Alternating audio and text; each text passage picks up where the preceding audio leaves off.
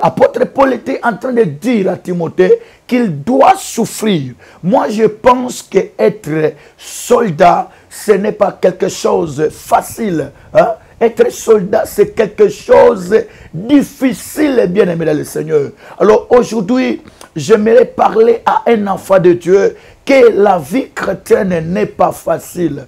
La vie chrétienne, c'est une vie difficile. Être un enfant de Dieu, être un serviteur de Dieu, ce n'est pas facile. Comment aujourd'hui les serviteurs et les enfants de Dieu veulent la facilité dans leur vie et dans leur ministère. Hein? Il y a beaucoup d'enfants de Dieu qui veulent la facilité. Il y a beaucoup de serviteurs de Dieu qui veulent la facilité. Pendant que Paul était en train d'adresser à Timothée, hein? À Timothée qui était son fils légitime dans la foi, hein? Il était en train de nous dire de souffrir. Il n'y a pas une élévation sans souffrance. Il n'y a pas une bénédiction, une grandeur sans souffrance. Alors, j'aimerais dire aussi que la souffrance, c'est aussi une école de Dieu. Hein? Apôtre Paul est en train de dire que souffre avec moi. La vie chrétienne ou être un enfant de Dieu, ce n'est pas facile. Mais d'abord, tu dois souffrir. Tu dois souffrir, bien aimé le Seigneur. Tu dois souffrir. Tu dois te donner dans les choses du royaume. Et surtout, je pense que vous savez vous-même, un soldat ne vit pas selon lui-même. Un soldat vit selon les ordres et les principes de son maître. Hein? Et les principes de son maître. Alors, Timothée était un soldat de Jésus-Christ. Serviteur de Dieu, ce que tu ne dois pas ignorer, tu dois savoir que tu es un soldat de Jésus-Christ. Mais ce qui m'a encore touché, c'est quoi? L'apôtre Paul n'a pas dit que n'importe quel soldat, mais il a dit comme un bon, waouh, il a qualifié, hein, il a qualifié la manière, c'est-à-dire comment, quelle sorte de soldat, comment il doit être. Il doit être un bon soldat, parce qu'il y a aussi de mauvais soldats. Que la grâce de notre Seigneur Jésus-Christ vous soit accordée encore à ce moment. Vous qui êtes très fidèles dans cette chaîne intitulée Prophète Richard Officiel TV, je sais que vous êtes des amis de la parole de Dieu, des amoureux de la parole de Dieu, des amoureux de la volonté de Dieu et des amoureux et même des choses du royaume. Alors, bienvenue le Seigneur, je vous remercie parce que vous êtes toujours fidèles et je vous bénis. Je bénis aussi notre Seigneur et Sauveur, Jésus-Christ de Nazareth, qui nous a fait encore grâce de nous tenir encore devant ce plateau intitulé Prophète Richard Officiel TV. Vous nous suivez aux États-Unis, au Canada, et partout dans le monde entier, même en Belgique, et même au Congo central, à Lubumbashi, y compris aux États-Unis, en Amérique et au Swaziland. La grâce de Dieu vous soit accordée, bien-aimé le Seigneur. Sur ce plateau, bien-aimé le Seigneur, nous voulons partager quelque chose de très important pendant ce moment. Je ne sais pas quelle heure où vous allez nous suivre. Soyez toujours très connectés et ne vous déconnectez pas. Soyez branchés et suivez-nous jusqu'à la fin. Et la bénédiction de l'Éternel sera toujours sur vous et sur vos enfants et sur vos maisons. Que l'Éternel vous bénisse. Alors, j'ai quelque chose de très important, bien-aimé, que je vais partager avec vous à ce moment, intitulé « Comment devenir une bénédiction pour les autres ». Hein? Je pense que nous tous, nous entendons parler de la bénédiction. Hein? Je n'oublie pas saluer ma fille qui est depuis Canada, Fura Kavugo, que la grâce de mon Dieu te soit accordée, et surtout à vous qui êtes aux États-Unis, et en Amérique et en Belgique, même au Paris. Abonnez-vous surtout pour plus d'édification et partagez aussi les liens N'oubliez pas vraiment nous écrire, n'oubliez pas commenter. Et si vous avez des préoccupations, je pense que nous sommes là pour vous et le Seigneur nous a mis en cette œuvre pour vous. Parce que si vous n'êtes pas là, alors comment serons-nous serviteurs de Dieu? Comment serons-nous pasteurs? On appelle pasteur, c'est parce qu'il y a des brebis. Alors, vous êtes là, c'est parce que on est pasteur, c'est parce que vous êtes là. Voilà pourquoi nous vous disons toujours merci, que Dieu vous bénisse. Alors, bien-aimés le Seigneur, je vais d'abord rendre grâce à Dieu afin que nous puissions commencer ces thèmes que nous allons déborder vraiment à partir d'aujourd'hui. Et soyez toujours branchés parce que vous allez toujours suivre cela à chaque jour. Nous allons continuer à en parler, comment une personne peut devenir une bénédiction pour les autres. C'est un bon thème que le Saint-Esprit nous a inspiré demain que nous allons parler. Alors prions ensemble. Adonai Dieu Tout-Puissant, nous te rendons grâce, éternel Dieu, pour ce moment que tu nous as accordé, Seigneur, de nous tenir encore, Seigneur, devant ces plateaux, pour transmettre ta volonté à ton peuple. Voilà pourquoi nous demandons l'aide du Saint-Esprit et nous demandons à ce que l'Esprit de l'Éternel puisse nous inspirer encore, que l'Esprit de l'Éternel puisse encore parler à nous, qu'il parle, utilise nos bouches, que le Saint-Esprit souffle et touche le cœur de tous ceux qui vont suivre cet enseignement. Au nom de Jésus-Christ, Amen. Voilà, nous allons vous parler d'un bilingue, c'est-à-dire on va mélanger notre langue, il y a lingala, il y a aussi français pour aider à tout le monde pour nous suivre très bien. Alors, bien Seigneur, ce que je vais parler, comment devenir une bénédiction pour les autres. Le lengenini, okokeko komali pamboli pona babsusu. Je sais que vous entendez souvent parler de la bénédiction. Et la Bible dit que la bénédiction de l'Éternel qui est enrichie et elle ne se fait suivre d'aucun chagrin. Mais qu'est-ce que la bénédiction et comment une personne elle-même peut devenir une bénédiction et une bénédiction pour les autres? Je pense que c'est de la volonté de Dieu, bien-aimé le Seigneur, devenir une bénédiction pour les autres. La Bible dit, même la nature ne vous enseigne pas. Nous voyons souvent le soleil apparaît non pour lui-même, mais le soleil s'élève pour éclairer le monde et pour donner de la lumière à tous ceux qui sont dans le monde, mauvais ou bien bon. Le soleil s'élève pour éclairer tout le monde. Alors, bien aimé, comment une personne peut devenir une bénédiction pour les autres? J'aimerais d'abord lire la parole de Dieu dans le livre de 2 Timothée chapitre 2 dans le verset 3. 2 Timothée chapitre 2 dans le verset 3. La Bible dit ceci. C'était l'apôtre Paul qui était en train d'adresser à son fils Timothée. Il y a aussi le fils biologique et le fils spirituel. Alors Timothée était le fils spirituel de Paul. Alors Paul était en train d'adresser à Timothée en disant dans 2 Timothée 2 verset 3.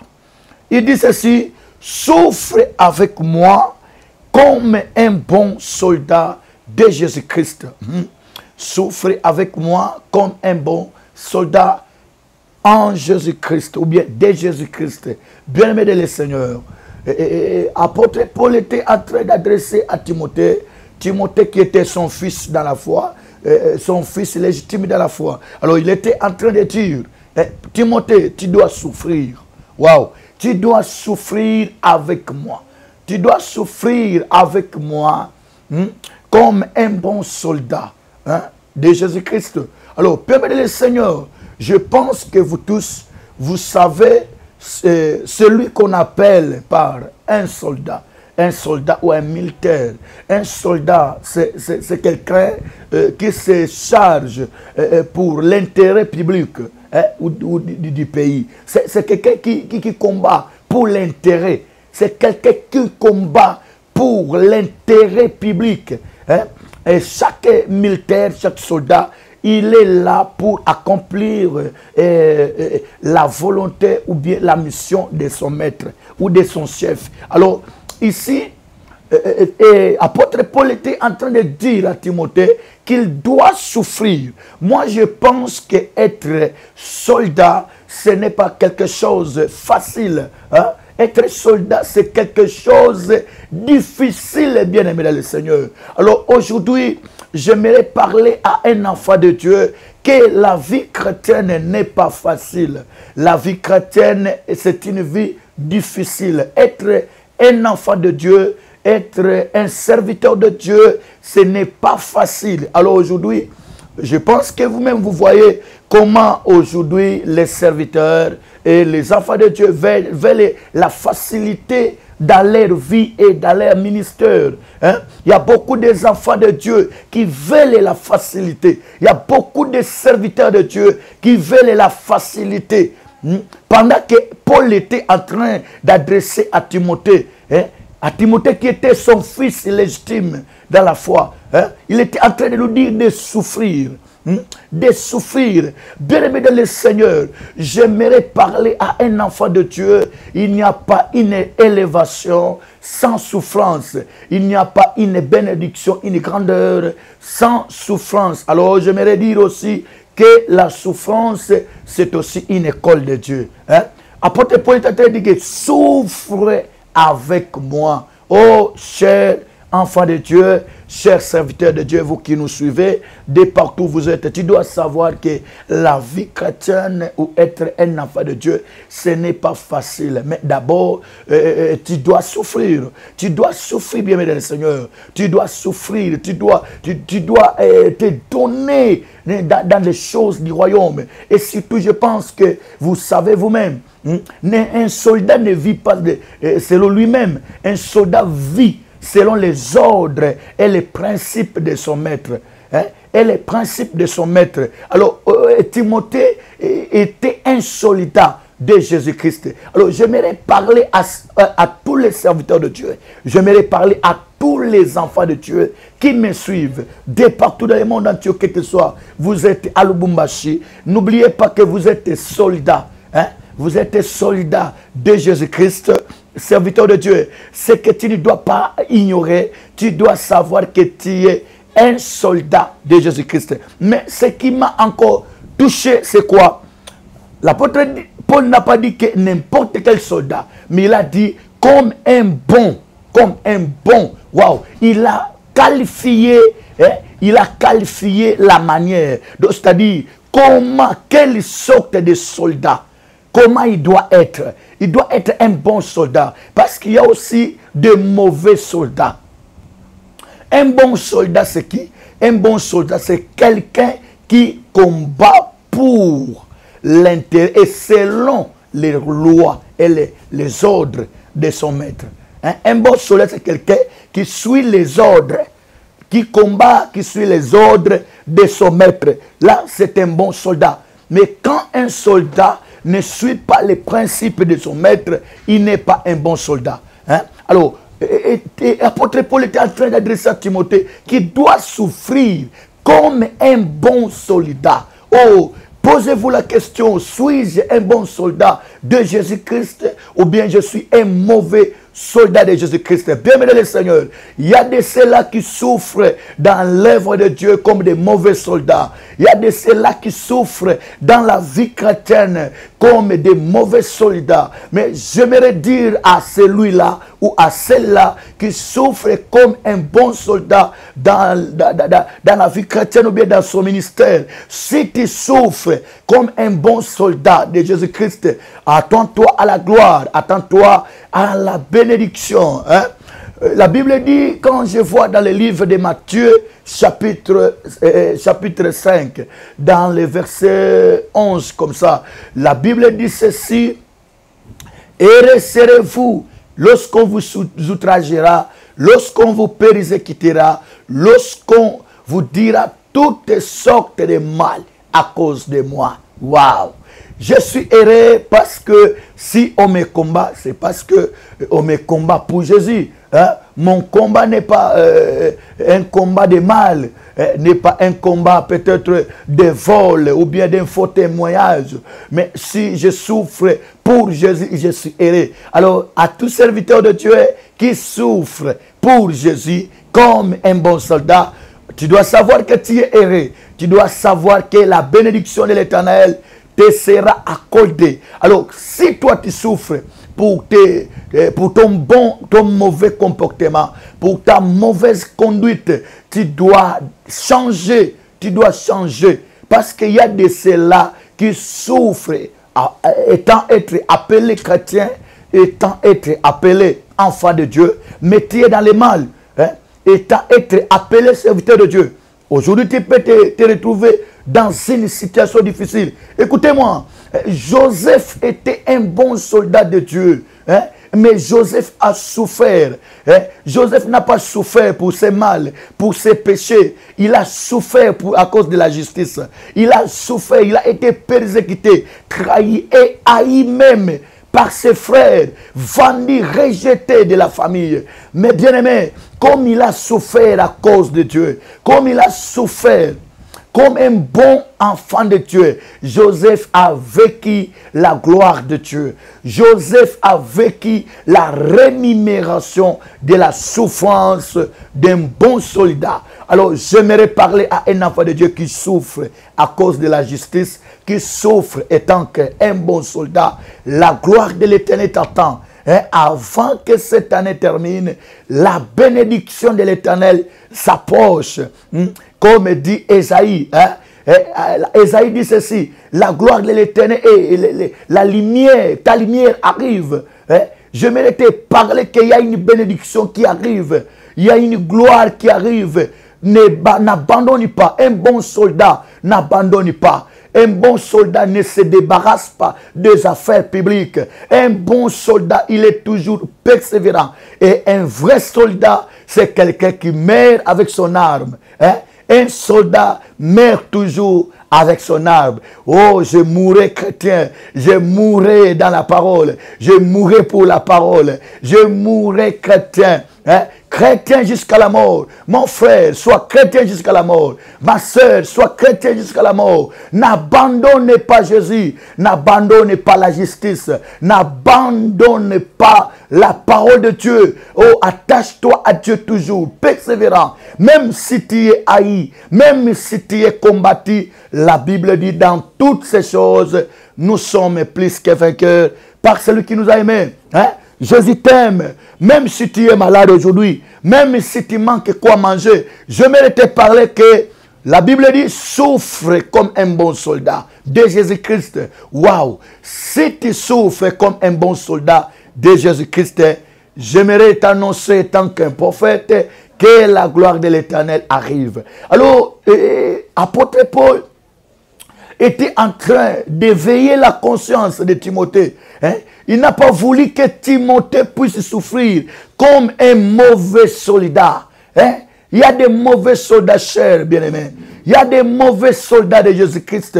Il y a des mauvais chrétiens. Il y a des faux chrétiens. Il y a des faux serviteurs de Dieu. Hein? Nous devons faire attention. Hein? Il y a de ceux-là qui souffrent aujourd'hui à cause de leur conduite, à cause de leurs mots, à cause de leur mal. Hein? Ils sont en train de souffrir aujourd'hui. Mais j'aimerais te dire, souffre comme chrétien.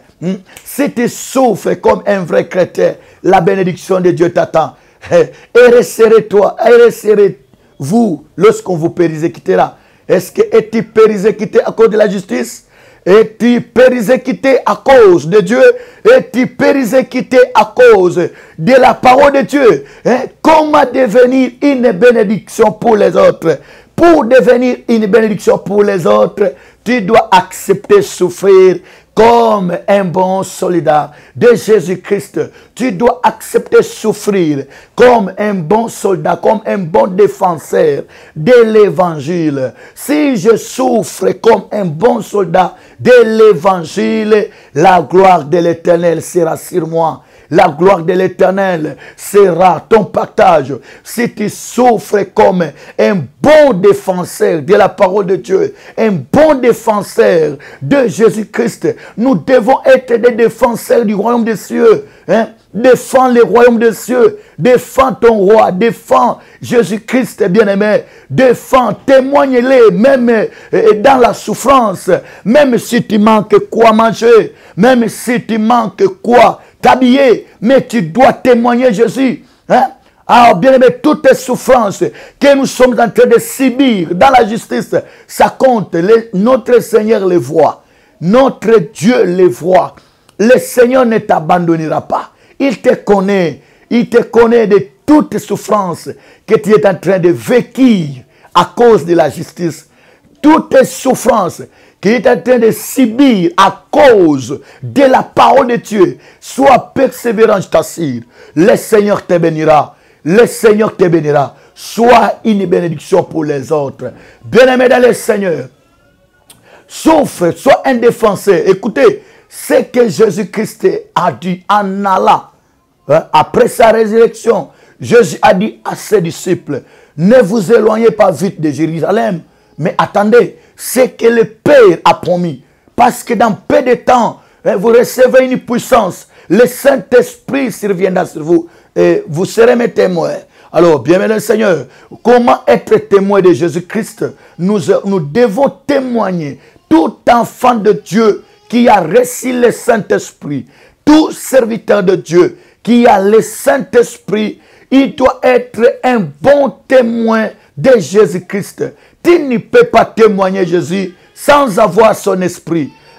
Pour témoigner Jésus-Christ, tu dois avoir le Saint-Esprit en toi. Car c'est le Saint-Esprit qui connaît Jésus. C'est le Saint-Esprit qui connaît la pensée de Dieu. C'est le Saint-Esprit qui sonde la pensée de Dieu. Quand tu n'as pas l'Esprit de Dieu, tu ne peux pas aussi témoigner Jésus-Christ.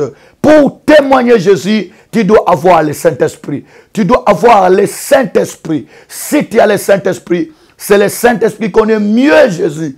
C'est le Saint-Esprit qui connaît mieux Dieu. C'est lui qui le connaît mieux. Comment tu peux témoigner? C'est lui que tu ne connais pas. Comment tu peux témoigner? Il y a de ceux-là qui sont allés étudier Dieu dans des écoles. Il y a de ceux-là qui sont allés étudier le Seigneur dans des cours bibliques. Ce n'est pas mauvais. Mais moi, j'aimerais te dire que c'est lui qui connaît Dieu plus que les écoles bibliques. C'est le Saint-Esprit. C'est le Saint-Esprit. C'est pourquoi Jésus a dit, quand le consolateur sera venu, il vous enseignera tout. Waouh! Il vous enseignera tout. Il vous rappellera tout. C'est lui qui connaît Dieu plus, c'est le Saint-Esprit. Alors, c'est lui qui a l'Esprit, l'Esprit du Seigneur. Il doit témoigner Jésus-Christ. Il doit témoigner le Seigneur Jésus-Christ.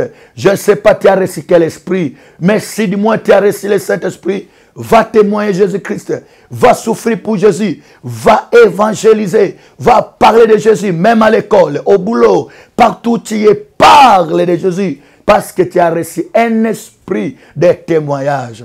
Le Saint-Esprit que nous avons reçu, bien-aimé, c'est un esprit de témoignage. C'est un esprit de témoignage. Tu dois témoigner. Alors l'apôtre Paul a dit à Timothée, souffre avec moi. Bien-aimé, apôtre Paul savait qu'il était en train de souffrir pour Jésus. Il était en train de souffrir. Bien qu'il était apôtre. Bien qu'il était apôtre par la volonté de Dieu. Parce qu'en voyant la vie de Paul, auparavant il était appelé Saul. Paul était devenu apôtre de Jésus-Christ par la volonté de Dieu. Es-tu apôtre? Es-tu prophète? Es-tu évangéliste? Par la volonté de qui? Je ne sais pas. Mais il y a de ceux-là qui se sont mis dans l'œuvre. Je suis prophète par la volonté de Dieu. Et si je suis prophète par la volonté de Dieu, je ferai la volonté de mon Dieu. Voilà pourquoi Jésus a dit à ses disciples, ma nourriture, c'est de faire la volonté de celui qui m'a envoyé. Apôtre Paul ne devait pas faire sa volonté. L'apôtre Paul ne devait pas se parler. L'apôtre Paul ne devait pas s'inventer. Il ne devait pas faire ce qu'il veut. C'est lui qui vient de Dieu. Il doit accomplir la volonté de celui qui lui a envoyé. Aujourd'hui, nous voyons des pasteurs, nous voyons des prophètes, nous voyons des apôtres qui font ce qu'ils veulent. Qui font ce qu'ils veulent. Mais dis-moi, si le Seigneur t'a envoyé, tu feras la volonté. Un bon soldat, il fera la volonté de celui qui lui a envoyé en mission. Je suis un soldat de Jésus-Christ. Je dois faire la volonté. Jésus savait, bien aimé, Jésus-Christ étant que Dieu, Jésus-Christ étant que Fils de Dieu, Jésus n'était pas venu dans ce monde pour être servi. Jésus n'était pas venu dans ce monde. La Bible dit, lui qui était en forme de Dieu, mais il n'a pas vu comme une proie arrachée. Il s'est humilié. Nous devons avoir l'esprit de l'humilité. Les hommes de Dieu, les enfants de Dieu, nous devons avoir un bon soldat de Jésus, doit avoir l'esprit de l'humilité. L'esprit de l'humilité.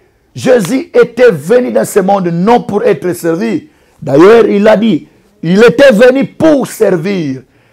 C'est lui qui sert, sera aussi servi. Waouh! C'est lui qui sert, sera au placé. C'est lui qui sert, recevra aussi un titre qui est aussi élevé. Voilà pourquoi Dieu a dit, mon serviteur montrera, il sera au placé. Mon serviteur montera. Es-tu serviteur de Dieu? Es-tu enfant de Dieu? Alors, si tu es serviteur de Dieu, tu monteras. Si tu es serviteur de Dieu, tu seras au placé. Ne viens pas dans ce monde pour chercher à être servi. Tu dois venir pour servir. Soyons des serviteurs de Dieu. Soyons des esclaves de Jésus-Christ. Servons le Seigneur. Bien-aimé, Dieu te bénira. Mon frère qui est en Amérique, qui me suit. Ma sœur qui est en Australie, tu me suis. Qu'est-ce que tu fais dans l'œuvre de Dieu? Il y a de ceux-là qui se disent, je suis un simple fidèle. Non, un simple fidèle n'existe pas. La Bible dit, il nous a fait un royaume de sacrificateurs. Et Jésus, la mission primordiale que Jésus-Christ nous a donnée, il a dit, allez partout dans le monde, faites tout le monde mes disciples. Mes disciples. Un disciple, c'est quelqu'un qui suit l'enseignement de son maître. Si tu es disciple de Jésus, tu vas partager cette vidéo, cet enseignement, tu vas le transmettre aux autres. Si tu es un disciple de Jésus, tu ne manqueras pas aussi soutenir l'évangile. Alors, bien aimé, je vais commencer à descendre pour clore mon message. Écoutez ce que la Bible dit dans le livre de Actes des Apôtres, chapitre 28, les versets... Actes des Apôtres, chapitre 17, les versets 28 et 29 dit ceci. Car en lui, nous avons la vie, les mouvements et l'être. C'est ce qu'on dit aussi quelques-uns de vos prêtres. De lui, nous sommes la race. De lui, nous sommes de qui? De lui, de Dieu, de Jésus-Christ. Nous sommes la race. Ainsi donc, étant la race de Dieu, nous ne devons pas croire que la divinité soit semblable à de l'or. Nous ne devons pas croire que la divinité soit semblable à de l'argent. Nous ne devons pas croire que la divinité soit semblable à des pierres et à la sculpter par l'art et à l'industrie de l'homme. Bien-aimé dans le Seigneur, si tu es de la race de Dieu, tu ne peux pas comparer la divinité de Dieu comme l'argent. Il y a de ceux-là qui comparent la divinité de Dieu comme de l'or.